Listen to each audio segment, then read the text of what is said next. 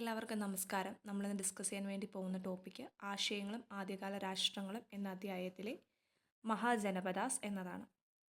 എന്താണ് മഹാജനപദങ്ങൾ? നമുക്ക് നോക്കാം. മഹാജനപദങ്ങൾ ആദ്യകാല രാഷ്ട്രങ്ങളാണ്. ജനപദം എന്ന വാക്കിൻ്റെ അർത്ഥം ജനം അധിവസിച്ച പ്രദേശമെന്നാണ്.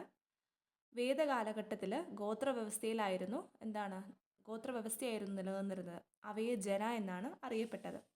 അപ്പോൾ കൃഷി ആരംഭിച്ചതോടു കൂടിയിട്ട് ഒരു സ്ഥലത്ത് സ്ഥിരമായി ആളുകൾ താമസിക്കാനായിട്ട് തുടങ്ങി. അതാണ് പിൽക്കാലത്ത് എന്തായിട്ട് അറിയപ്പെടാൻ തുടങ്ങിയത്? ജനപദങ്ങളെന്ന് അറിയപ്പെടാനായി തുടങ്ങിയത്. അപ്പം മഹാജനപദങ്ങളെന്ന് പറഞ്ഞാൽ എന്താണ്? ആദ്യകാല രാഷ്ട്രങ്ങളാണ്. കൃഷിയുടെ ആരംഭത്തോടു കൂടിയിട്ട് കൃഷിയെ സംരക്ഷിക്കുന്നതിന് വേണ്ടിയിട്ട് എന്താണ് ആളുകൾ ഒരിടത്ത് സ്ഥിരമായി താമസിക്കാൻ വേണ്ടി തുടങ്ങി. അതിനെ എന്താണ് ജനപദങ്ങളെന്ന് അറിയപ്പെട്ടു. അടുത്ത് നോക്കി, 2300 വർഷം മുമ്പ് എഴുതപ്പെട്ട ബുദ്ധകൃതിയായ ദിഖാനിക്കയിൽ വജി എന്ന രാഷ്ട്രത്തെ പറ്റി അല്ലെങ്കിൽ മഹാജനപദങ്ങൾ ബുദ്ധൻ പറഞ്ഞ കാര്യങ്ങളാണ് താഴെ നൽകിയിട്ടുള്ളത്. ഇന്ന് വായിച്ചു നോക്കിയത്, അത്തരത്തിൽ കൂടിച്ചേർന്ന് ചർച്ച ചെയ്ത് തീരുമാനങ്ങൾ എടുക്കുന്ന കാലത്തോളം, ഒന്നിച്ചു പ്രവർത്തിക്കുന്ന കാലത്തോളം, മുതിർന്നവരെ ബഹുമാനിക്കുകയും പിന്തുണയ്ക്കുകയും ശ്രദ്ധയോടെ കേൾക്കുകയും ചെയ്യുന്നിടത്തോളം, വജിയിലെ സ്ത്രീകൾ സ്വതന്ത്രരായി ജീവിക്കുന്ന കാലത്തോളം, ഗ്രാമങ്ങളിലെ നഗരങ്ങളിലേക്കുള്ള ആരാധനാലയങ്ങൾ നിലനിൽക്കുന്ന കാലത്തോളം, വ്യത്യസ്ത വിശ്വാസങ്ങൾ പിന്തുടരുന്നവർക്ക് അവിടെ സ്വതന്ത്രമായി സഞ്ചരിക്കാൻ കഴിയുന്നിടത്തോളം, അവർ ബഹുമാനിക്കപ്പെടുന്ന കാലത്തോളം വജി നിലനിൽക്കും. അപ്പോൾ വജി എന്താണ്? മഹാജനപദങ്ങൾ ഉൾപ്പെടുന്ന ഒരു മഹാജനപദമായിരുന്നു വജി എന്ന് പറയുന്നത്. അപ്പോൾ നോക്കി, ജനപദങ്ങളിലെ കാർഷിക മിച്ചോൽപാദനം കച്ചവടത്തിൻ്റെയും നഗരങ്ങളുടെയും വളർച്ചയ്ക്ക് സഹായിച്ചു. നമ്മൾ പറഞ്ഞു ജനപദങ്ങൾ ഫോം ചെയ്യുന്നതിൻ്റെ ബേസ് തന്നെ എന്താണെന്ന് പറഞ്ഞു? കൃഷിയാണെന്ന് പറഞ്ഞല്ലേ. ഒരു സ്ഥലത്ത് മനുഷ്യൻ തുടർച്ചയായിട്ട് കൃഷി ചെയ്യാൻ വേണ്ടി തുടങ്ങി. അതിൻ്റെ ഭാഗമായിട്ട് ആളുകൾ എന്താണ് ഒന്നിച്ച് താമസിക്കാനായിട്ട് തുടങ്ങി. അങ്ങനെ താമസിച്ച സ്ഥലങ്ങളെ നമ്മൾ എന്തെന്ന് വിളിച്ചു? മഹാജനപദാസ് എന്ന് വിളിച്ചു. സോ അതുകൊണ്ട് തന്നെ എന്താണ് ജനപദങ്ങളിലെ കാർഷിക മിച്ചോൽപാദനം എന്താണ് കച്ചവടത്തിൻ്റെയും നഗരങ്ങളുടെയും വളർച്ചയ്ക്ക് സഹായിക്കുന്നതായിരുന്നു. കച്ചവടത്തിന് പുറമെ നഗരങ്ങൾ കരകൗശല കേന്ദ്രങ്ങളായി മാറ്റപ്പെട്ടു. കച്ചവടങ്ങൾ മാത്രമല്ല, പുറമെ എന്താണ് കരകൗശല കേന്ദ്രങ്ങളായും നഗരങ്ങൾ മാറ്റപ്പെട്ടു. അപ്പം കൃഷിയോടും മണ്ണിനോടുമുള്ള ബന്ധം അവരിൽ പ്രദേശമെന്ന ചിന്ത വളർത്തി. അപ്പം കൃഷിയോടും മണ്ണിനോടുമുള്ള ബന്ധമാണെന്ത്? ആരിൽ പ്രദേശങ്ങൾ എന്നുള്ള ചിന്ത വളർത്തുന്ന ആരിലാണ്? ആരാ? മഹാജനപദാസിലെ ജനങ്ങളിൽ എന്താണ് പ്രദേശം എന്നുള്ള ചിന്ത വളർത്തുന്നത്. അതിൻ്റെ അടിസ്ഥാനത്തിൽ 16 രാഷ്ട്രങ്ങൾ രൂപം കൊണ്ടു. അവയാണ് മഹാജനപദാസ്. അപ്പം എന്താണ്? അത്തരത്തിൽ എത്ര രാഷ്ട്രങ്ങളാണ് രൂപം കൊണ്ടത്? 16 രാഷ്ട്രങ്ങളാണ് രൂപം കൊണ്ടത്. അത് രൂപം കൊണ്ടതിൻ്റെ അടിസ്ഥാനം എന്താണ്? കൃഷിയോടും മണ്ണിനോടുമുള്ള ബന്ധം അവരിൽ പ്രദേശം എന്ന ചിന്ത വളർത്തി. അപ്പം കൃഷിയോടും മണ്ണിനോടുമുള്ള ബന്ധം മൂലം എന്താണ് മഹാജനപദങ്ങളിലെ ജനങ്ങളുടെ ഇടയിൽ എന്താണ് പ്രദേശം എന്നുള്ളൊരു ചിന്ത വളർന്നു. അതിൻ്റെ ഭാഗമായിട്ട് 16 രാഷ്ട്രങ്ങൾ രൂപം കൊണ്ടു. ആ രാഷ്ട്രങ്ങളെയാണ് നമ്മൾ എന്തെന്ന് വിളിച്ചത്? മഹാജനപദങ്ങൾ എന്ന് വിളിച്ചത്. അത് ഏതൊക്കെയാണെന്ന് നോക്കാം.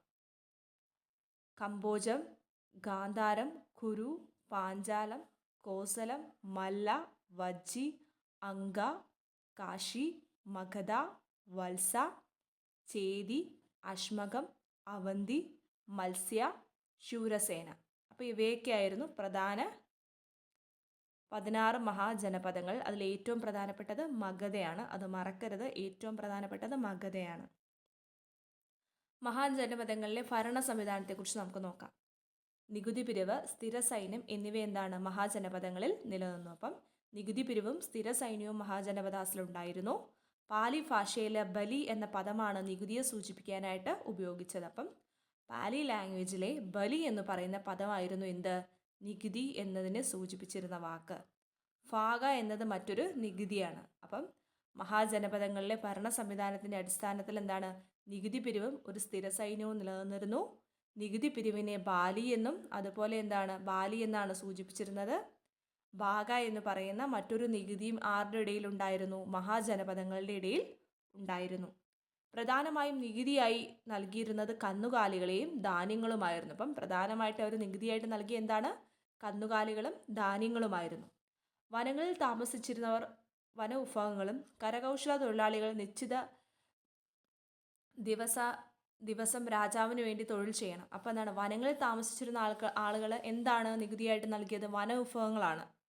അതേ സമയത്ത് കരകൗശല തൊഴിലാളികളാണെങ്കിലോ ഒരു കൃത്യമായിട്ട് കുറച്ച് ദിവസം എന്താണ് രാജാവിന് വേണ്ടിയിട്ട് തൊഴിൽ ചെയ്യണം. അതായിരുന്നു എന്താണ് കരകൗശല തൊഴിലാളികൾ നൽകിയിരുന്ന നികുതി എന്ന് പറയുന്നത്. രാജാവിനെ ഭരണത്തിൽ സഹായിക്കാനായി ഗ്രാമിണി, പുരോഹിതർ, സേനാനി എന്നിവർ നിലനിന്നിരുന്നു. അപ്പം രാജാവിനെ എന്താണ് ഭരണത്തിൽ സഹായിക്കുന്നതിന് വേണ്ടിയിട്ട് 3 സ്ഥാനക്കാർ നിലനിന്നിരുന്നു. ആരൊക്കെയാണ്? ഗ്രാമിണി, പുരോഹിതർ, സേനാനി എന്നിവർ. മഹാജനപദങ്ങൾക്ക് കോട്ടകളും തലസ്ഥാന നഗരികളും ഉണ്ടായിരുന്നു. അപ്പോൾ എന്താണ് മഹാജനപദങ്ങൾക്ക് എന്താണ് കോട്ടകളും തലസ്ഥാന നഗരികളും ഉണ്ടായിരുന്നു. നമ്മൾ പറഞ്ഞു ഏറ്റവും ഇമ്പോർട്ടൻ്റ് ആയിട്ടുള്ള ഒരു എന്താണ് ജനപദമായിരുന്നു ഏത്? മഗധ എന്ന് നമ്മൾ പറഞ്ഞല്ലേ. അപ്പോൾ മഗധയുടെ വളർച്ചയിലേക്ക് സഹായിച്ചത് എന്തൊക്കെയാണെന്ന് നമുക്ക് നോക്കാം. ഏറ്റവും വലിയ ജനപദമാണ് ഇത് മഗധ. അപ്പം മഗധയുടെ ഏറ്റവും വലിയ സ്പെഷ്യാലിറ്റി എന്താണ്? ജനപദങ്ങൾ. 16 ജനപദങ്ങളിൽ ഏറ്റവും വലുതാണ് മഗധ എന്ന് പറയുന്നത്. ആനകളെ യുദ്ധത്തിനായി ഉപയോഗിച്ചു. പിന്നെന്താണ് മഗധ അത്രയും വലുതാവാനുള്ള മെയിൻ റീസൺ യുദ്ധങ്ങളിൽ എന്താണ്? ആനകളെ ഉപയോഗിച്ചു. കാരണം ഫൈറ്റ് ചെയ്തായിരിക്കും അല്ലേ ഇവർ സ്ഥലങ്ങളൊക്കെ പിടിച്ച് ചേർത്ത് ഓരോ രാഷ്ട്രവും വലുതാക്കുക. അപ്പോൾ എന്താണ് മഗധയുടെ യുദ്ധത്തിന് വേണ്ടിയിട്ട് അവർ എന്തിനെ യൂസ് ചെയ്തു? ആനകളെ യൂസ് ചെയ്തു. ഇരുമ്പായുധങ്ങളും ഉപകരണങ്ങളും അവർ ഉപയോഗിച്ചു. പിന്നെന്താണ്? ഇരുമ്പായുധങ്ങളും ഉപകരണങ്ങളും അവർ ഉപയോഗിച്ചു. ഗംഗയും പോഷക നദികളും ചരക്ക് ഗതാഗത സൗകര്യങ്ങൾ ഉറപ്പുവരുത്തി. പിന്നെന്താണ്? ഗംഗയും പോഷക നദികളും എന്ത് ചെയ്തു?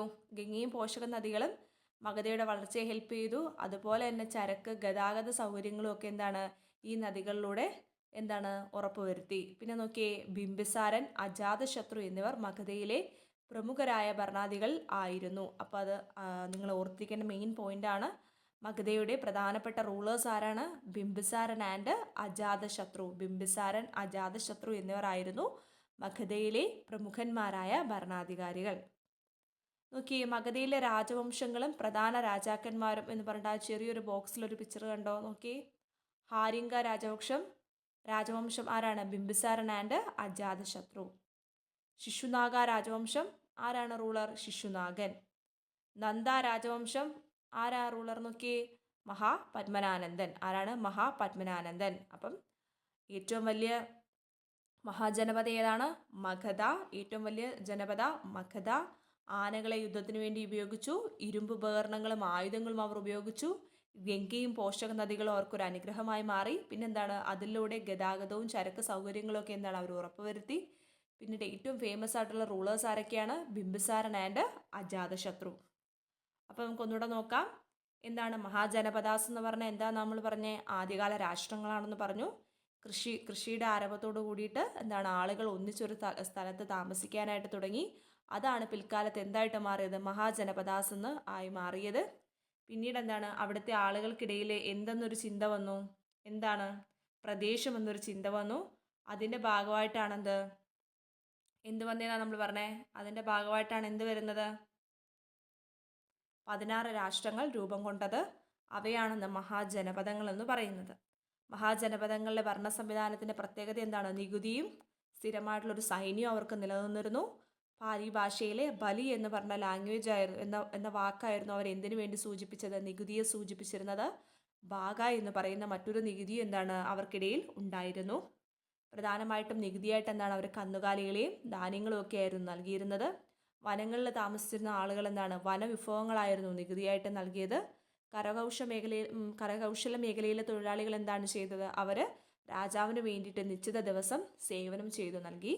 പിന്നീട് നമ്മൾ പറഞ്ഞു രാജാവിനെ എന്താണ് ഭരണത്തിൽ സഹായിക്കാനായിട്ട് ഗ്രാമിണി, പുരോഹിതർ, സേനാനി എന്ന് പറയുന്ന എന്താണ് വ്യക്തികൾ നിലനിന്നിരുന്നു.